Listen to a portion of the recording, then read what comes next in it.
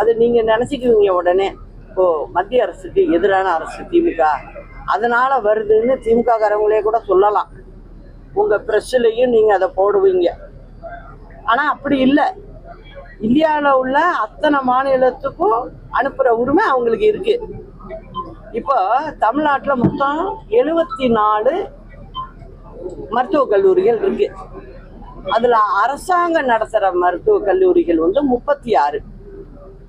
36ல MBBS, empty இதெல்லாம் வரிசையா இருக்கும். பிடிஎஸ், எம்டிஎஸ் எல்லாமே வரும். இதுல மொத்தம் பார்த்தீங்கன்னா 7636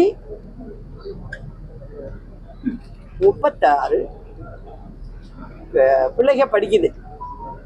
இந்த ஆட்சிக்கு எத்தனை வருஷம் ஆச்சு? ஆட்சி இப்போ போற கட்டத்துக்கு வந்துருச்சு.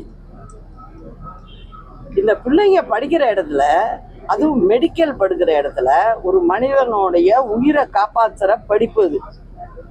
அந்த இடத்துல அவங்களுக்கு ஆசிரியர்கள் போடணுமா வேண்டாமா? அது யாரு போடுறது?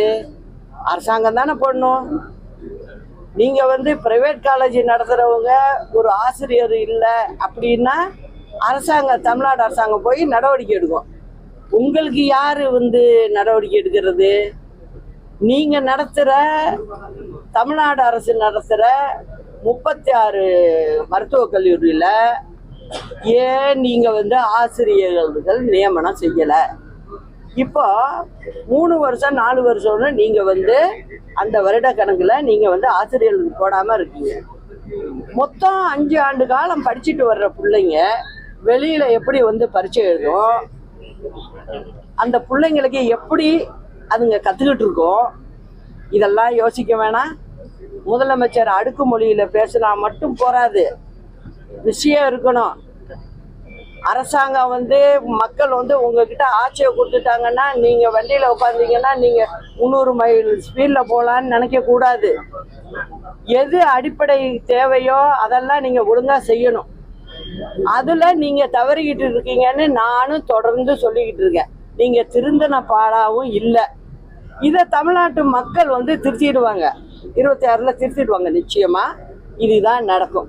சும்மா வாய் சவடால் விட்டுக்கிட்டு வெறும் டிவி மீடியாவை கண்ட்ரோல் பண்ணிக்கிட்டு இருந்தா ஆட்சியில நிரந்தரமா இருக்கலாம்.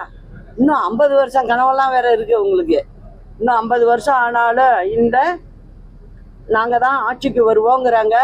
அதுக்கெல்லாம் முடிவு கட்டுறதுக்கு தான் எங்க மாதிரி ஆள்லாம் புறப்பட்டு இருக்கோம். அதையும் புரிஞ்சுக்கணும் அவங்க.